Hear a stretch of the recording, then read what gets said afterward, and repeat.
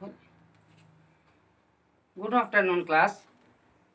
पवन दूतिका का 13वां पद्यांश है, जिसमें कृष्ण के सौंदर्य का वर्णन करते हुए नायिका राधिका जी पवन को उनका परिचय बता रही हैं। कह रहे सांचे ढाला सकल बपु है, दिव्य सौंदर्यशाली, सत पुष्पों सी सुरभ उनकी प्राण संपोषिका है। दोनों कंधे वृषभ वर्षे हैं बड़े सजीले, लंबी बाहें कलभ करसी शक्ति की पेटिका है।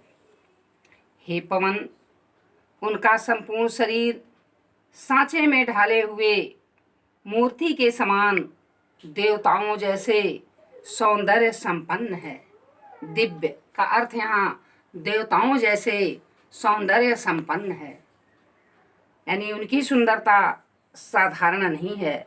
सत पुष्पों से सुरभ उनके प्राण संपोषिका है, और उनके शरीर से विकृत होने वाले या फैलने वाली सुंदर पुष्पों की सुगंध निकलती है, जो प्राणों को संपोषित करने वाली है, अर्थात प्राण को प्रसन्न कर देने वाली, मन को प्रसन्न कर देने वाली वह सुगंध है। दोनों कंधे वृषभ वर से, उनके दोनों कंधे श्रेष्ठ वृषभ के समान, श्रेष्ठ वृषभ अर्थात षण के समान बड़ा ही शक्तिशाली और मजबूत है। लंबी बाहें कलभ करसी, और उनकी लंबी लंबी भुजाएं हाथी के सूंड के समान, जो शक्ति की पेटारी है।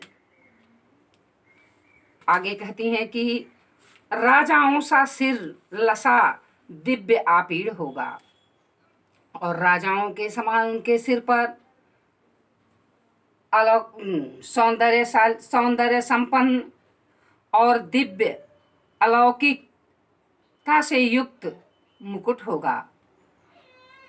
शोभा होगी उभय श्रुति स्वर्ण के कुंडलों को, और उनके कानों के दोनों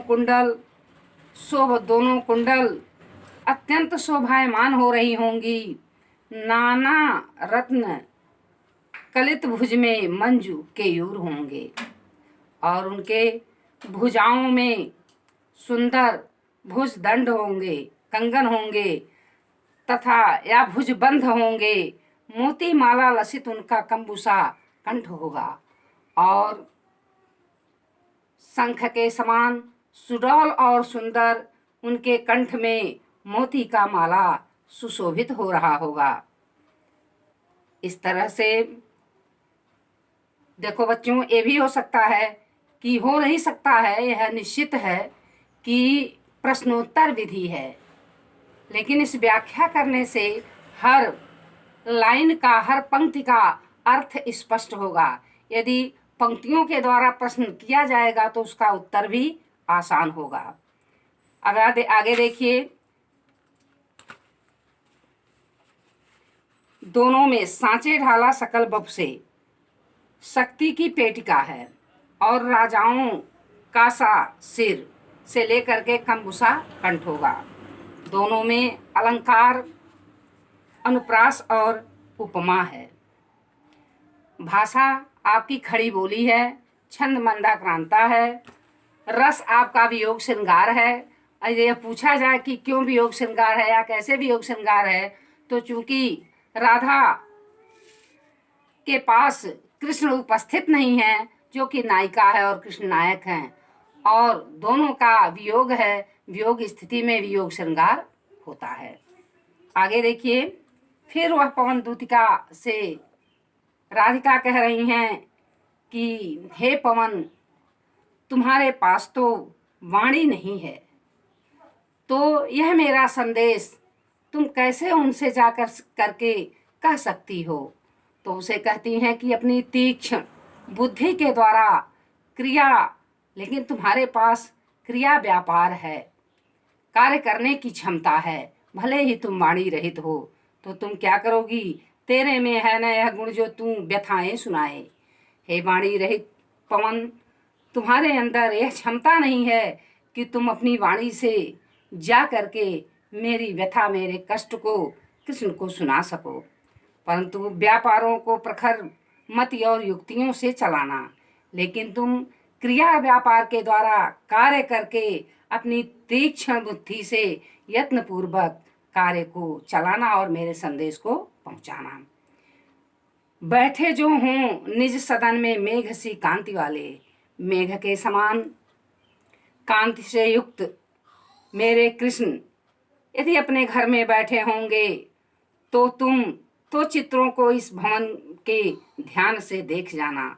तो उनके उस कक्ष में यह चित्रों को बड़े ध्यान से देखना और चित्रों को देख करके क्या करना, जो चित्र में विरह विधुरा का सा मिले चित्र कोई, यदि उस चित्र में किसी विरह विधुरा या विरहणी स्त्री का चित्र होगा तो तुम वहां जा करके तो जा निकट उसको भाव से यूं हिलाना।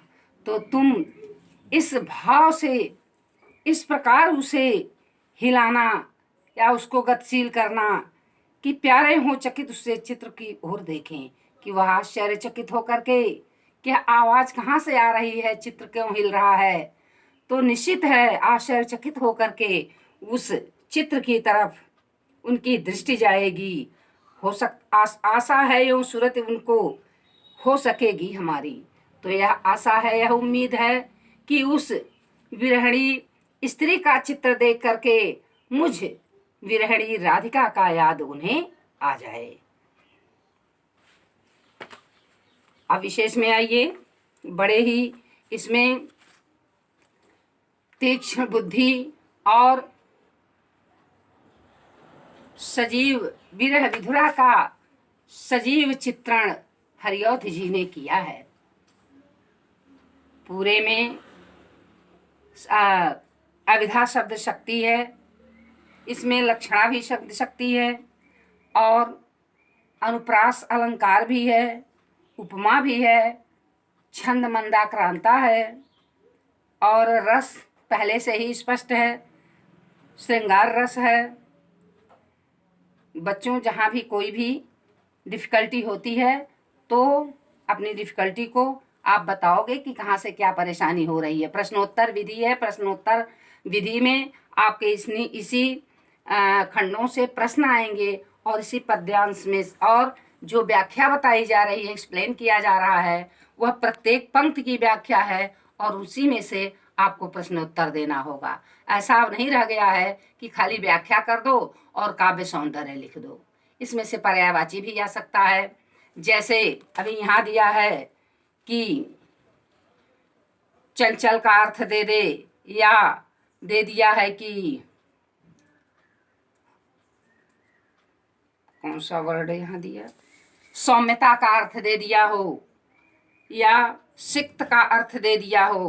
तो इस तरह से कहीं कहीं से पर्यायवाची और विलोम शब्द के भी इसमें शब्द चुने गए हैं जो हम अब कल बताएंगे। Thanks class.